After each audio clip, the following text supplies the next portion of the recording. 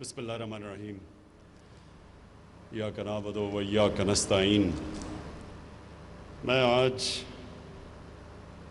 سیالکوٹ میں business community سے ملنے آیا ہوں، اور وہ اوکیزن ایئر سیال کا جو آج ہم نے اس ایئر لائن کی انوگریشن کی ہے وہ ایک بہانہ ہے، لیکن اصل میں یہ چاہتا تھا کہ پاکستان کی جو سب سے وائبرنٹ بزنس کمیونٹی، میں ان سے بات چیت کر لوں۔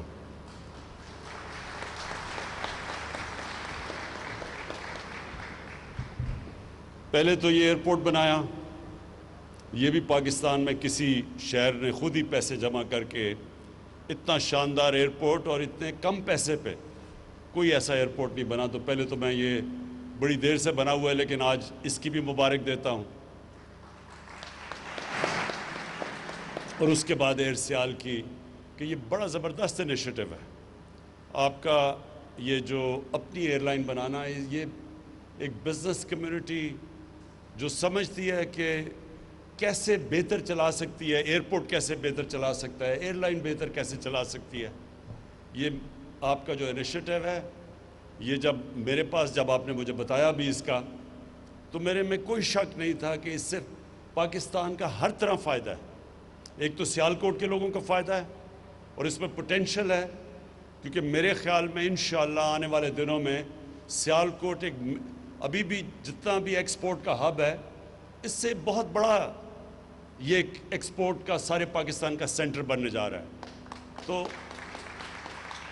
اس کے لیے آپ کو ایئر لائن کی ضرورت ہے اور پڑھنی تھی آگے، تو یہ ایک ابھی تو آپ کی شروع ہے، لیکن میرے میں کوئی شک نہیں کہ جس طرح آپ نے یہ اپنا ایئرپورٹ چلایا اسی طرح آپ ایئر لائن چلائیں گے، کمپٹیشن پیدا کریں گے۔ ہماری پی آئی اے کے لیے بھی ایک کمپٹیشن ہوگی کہ وہ جب دیکھیں گے کہ ایک ایفیشنٹ ایئر لائن چل رہی ہے، کم خرچے پہ چل رہی ہے، اچھی سروس دے رہی ہے، تو پی آئی اے کے اوپر بھی پریشر پڑے گا، اور جو بھی ایئر لائن پاکستان میں آئے گی ان سب پہ پریشر پڑے گا، ایفیشنٹ ہوں گی، پاکستان کا فائدہ ہوگا۔ اس کے بعد ابھی حماد اظہر نے بڑی ڈیٹیلز میں بات کی کہ یہ بڑا مشکل ٹائم تھا ہمارے لیے، یہ جو کرونا کا جب ساری دنیا میں آپ دیکھ رہے ہیں، ایک وبا جب پھیلی تو ساری دنیا میں ایک بڑا مشکل فیصلہ کرنا تھا کہ آپ جب لاک ڈاؤن کرتے ہیں، اور جو بہترین طریقہ ہے اس وائرس کو روکنے کا وہ لاک ڈاؤن ہے، کیونکہ جب لوگ زیادہ جمع ہوتے ہیں اور جب ماسک نہیں پہنتے، اور جو آپ میں سے ماسک نہیں پہنتے، میں آپ کو بار بار تاکید کرتا ہوں یہ ماسک سب پہنیں۔ اس کی وجہ ہے، اس کی وجہ یہ ہے کہ اللہ نے ہمارے پہ بڑا کرم کیا۔ جو پہلے ویو کے اندر پاکستان جس طرح کرونا وائرس سے نکلا ہے، ہماری کوشش تھی، عوام نے ہمارے ساتھ پوری طرح تعاون کیا، اور پھر اللہ کا کرم ہوا کہ ہم آج جو نکلے ہیں، جس طرح حماد نے کہا، WHO نے کوئی 7 ملک بتائے ساری دنیا میں جو سب سے بہترین طریقے سے کرونا وائرس سے جنہوں نے نیگوشیٹ کیا، نیویگیٹ کیا، کہ اپنے لوگوں کا روزگار بھی بچایا، اپنی بزنسز بھی بچائیں، اور لوگوں کو کرونا سے بھی بچا لیا۔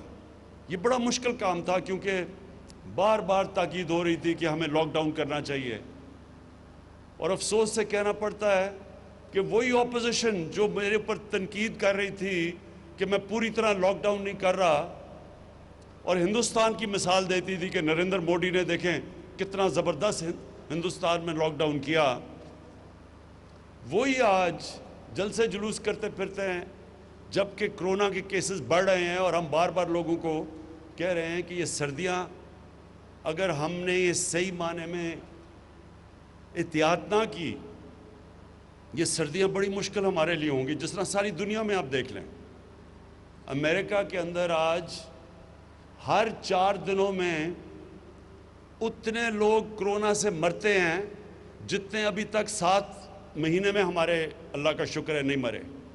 یعنی اتنی تیزی سے وہاں پھیل رہی ہے، اور کیلیفورنیا میں پورا لاک ڈاؤن کیا ہوا ہے انہوں نے۔ انگلینڈ کے اندر انہوں نے بڑے اسٹرکٹ لاک ڈاؤن کیا ہوا ہے، اٹلی میں کیا ہوا ہے. تو ہم ابھی سے اگر احتیاط کریں جس طرح ہم نے پہلے کی تھی تو یہ سردیوں میں ہم اپنے ملک کو بچا سکتے ہیں، اپنی انڈسٹری کو بھی بچا سکتے ہیں اور اپنے لوگوں کو بھی بچا سکتے ہیں. تو اس لیے میں آپ سب کو بار بار تاکید کروں گا کہ سب سے آسان طریقہ اس وائرس کو روکنے کا یہ ماسک ہے. اچھا، میں پھر سے اب جو حماد نے باتیں کی میں اس سے آگے جاتا ہوں.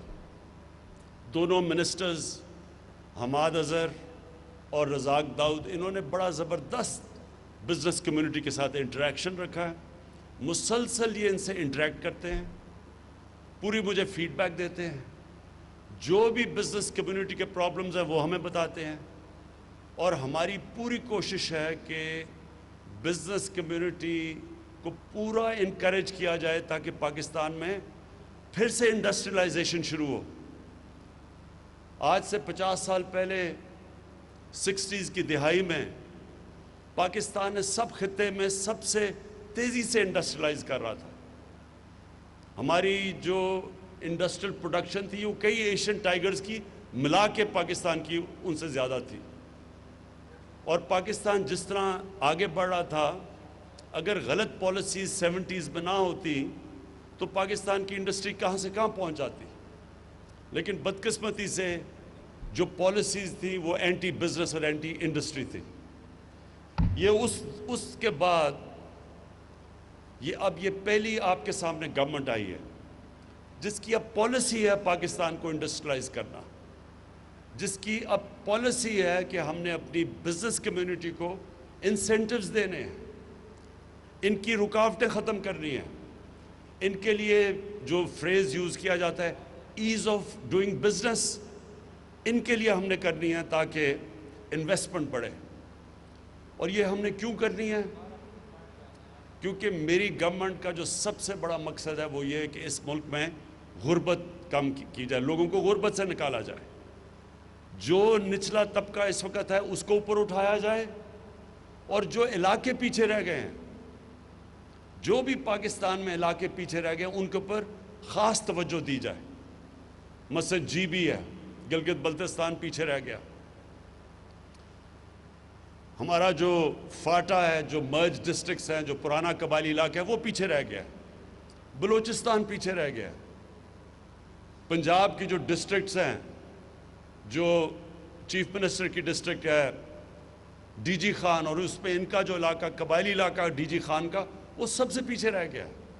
تو سب سے پہلے تو جو ڈیولپمنٹ ہو وہ ہمیشہ انکلوسیو ہوتی ہے. کبھی بھی ایک چھوٹے سے علاقے کو آپ ڈیولپ کر لیں اور باقی ملک پیچھے رہ جائے، وہ ملک ترقی نہیں کر سکتا. اور وہ بھی ملک ترقی نہیں کر سکتا جدھر ایک چھوٹا سا طبقہ امیر ہو جائے اور باقی لوگ غریب ہو جائیں. سو جو ڈیولپمنٹ ہوتی ہے وہ انکلوسیو ہوتی ہے. اس کے لیے جو ہمارے سامنے ماڈرن ایرا کے اندر جو ماڈل ہے وہ ہے چائنا کا. چائنا نے جو 30 سال میں کیا ہے، انہوں نے اپنے نچلے طبقے کو اوپر اٹھا کے ایک اکنامک جائنٹ بن گیا. 70 کروڑ لوگوں کو 30 سال میں 35 سال میں انہوں نے غربت سے نکالا ہے. تو کانسنٹریٹ کیا. اب جو علاقے پیچھے رہ گئے ان کو وہ مدد کر رہے ہیں. جو سی پیک کا اصل ایک اور بہت بڑی وجہ یہ ہے کہ وہ اپنا جو ویسٹرن چائنا ہے جو پیچھے رہ گیا ہے اس کو کنیکٹ کرنا چاہتے ہیں. اس کی کنیکٹیوٹی سمندر سے دینا چاہتے ہیں، ٹریڈ کنیکٹ ہو تاکہ گوادر کے ذریعے وہ ان کے لیے اپنا سامان آسان ہو بیچنے کا دنیا کو. تو وہ اس کو ڈیولپ کرنا چاہتے ہیں. ایک یہ وجہ سی پیک کی. تو ہم نے بھی اب پوری کوشش کرنی ہے کہ اپنے وہ جو علاقے پیچھے رہ گئے ہیں جدھر احساس محرومی بڑھتی جا رہی ہے ان کو اوپر اٹھائیں، اور اپنے جو غریب لوگ ہیں، جو کمزور لوگ ہیں، ان کے لیے پوری اب جو پالیسیز بنائیں جس میں احساس پروگرام پاکستان کی تاریخ کا سب سے بڑا پروگرام ہے. ان حالات کے اندر بھی جب ہم پیسہ خرچ کر رہے ہیں کہ نچلے طبقے کی مدد کریں اوپر آنے کے لیے. لیکن اس سب کے لیے ویلتھ کریشن کی ضرورت ہے. جب تک ہماری ملک کی دولت نہیں بڑھے گی ہم غربت لوگوں کو نہیں نکال سکتے. جو چائنا نے بھی یہ کیا، انہوں نے ساتھ ساتھ انڈسٹریلائز کیا. اسپیشل اکنامک زونز ڈیولپ کیے, ایکسپورٹ زونز. باہر سے انہوں نے ساری دنیا سے انویسٹمنٹ اٹریکٹ کی ان زونز کے اندر. ادھر انہوں نے پھر پہلے باہر کی کمپنیز یہاں کے انویسٹ کیا, پھر چائنیز کمپنی اوپر آنی شروع ہو گئی. تو ان کو نے انڈسٹریلائزیشن کر کے اور سب سے زیادہ ایمفسس ایکسپورٹس پہ دے کے آج چائنا میرے نہیں خیال میں جس طرح وہ ترقی کر رہا ہے اس کو دنیا میں کوئی ملک روک سکتا ہے. تو پاکستان کے لیے یہی ماڈل ہم اپنانا چاہتے ہیں. ہماری کوشش ہے کہ اب جس طرح سیالکوٹ کی انڈسٹری کی ہم پوری مدد کریں, ہر قسم کی آپ کو فیسلٹی دیں. جتنی آپ انڈسٹریلائز کریں گے سیالکوٹ کا تو فائدہ ہوگا, سارے پاکستان کا فائدہ کریں گے. جتنی آپ کی ایکسپورٹس بڑھے گی, پاکستان کا جو سب سے بڑا پرابلم ہے ہمارے فورن ایکسچینج ریزروز نہیں ہیں. یہ جو ہم جب آئے شروع میں تو ہمارے پاس تو پیسہ ہی نہیں تھا. ہم پوری طرح جو ہماری لائبلٹیز تھی باہر کی, ہمارے پاس پیسہ نہیں تھا وہ ان کو پیمنٹس کرنے کا. کئی چیزوں پہ ہم ڈیفالٹ کر رہے تھے. اور یہ ہمارے پاس مسلسل پاکستان کا پرابلم آتا ہے ہماری 70 سالہ تاریخ میں کہ جیسے ہی ہماری گروتھ بڑھنی شروع ہوتی ہے ہمارا کرنٹ اکاؤنٹ ڈیفیسٹ بڑھنا شروع ہو جاتا ہے. ہم دنیا کو ایکسپورٹ کرتے بہت کم ہے اور امپورٹ زیادہ کرتے ہیں. تو وہ جیسے جیسے کرنٹ اکاؤنٹ ڈیفیسٹ بڑھتا ہے روپے پہ پریشر پڑنا شروع ہو جاتا ہے. اور روپے پہ پریشر پڑتا ہے, جب روپیہ گرتا ہے تو سب سے بڑا اس کا پرابلم ہوتا ہے مہنگائی آ جاتی ہے پاکستان میں, ساری چیزیں مہنگی ہو جاتی ہیں. تو ہمارا جو امپورٹنٹ چیز ہے سارے ملک کو ریئلائز کرنا ہے کہ ہم نے اپنی ایکسپورٹس بڑھانی ہے. اور ایکسپورٹس کے لیے یہ ملک کی ضرورت ہے کہ ہم سیالکوٹ کی مدد کریں. اور سیالکوٹ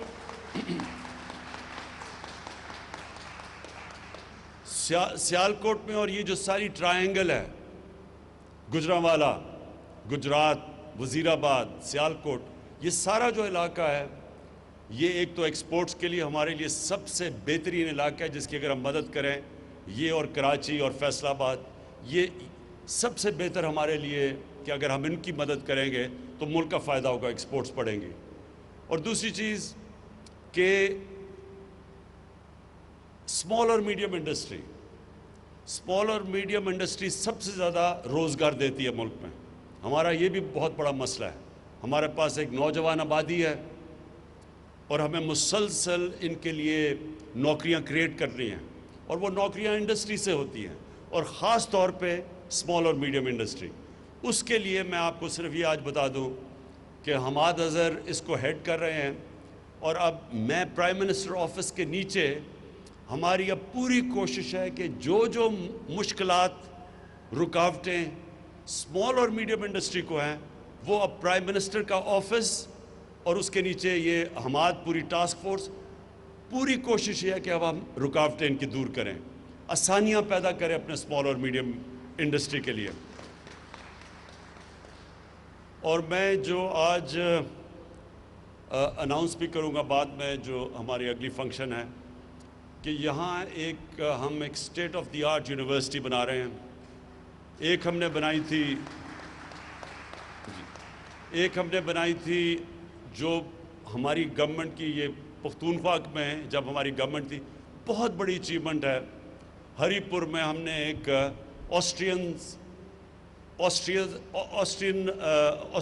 آسٹریا انجینئرنگ میں بہت آگے ہے دنیا سے, جرمنز اور آسٹرینز بہت آگے ہیں. تو آسٹرینز کے ساتھ مل کے ان کی ایک اسپیشل, ان کی بڑی ایلیٹ انجینئرنگ یونیورسٹی ہے فوہوک شولے, وہ ہم نے سیٹ اپ کی ہے ہری پور میں, جو کہ اب شروع ہو گئی ہے.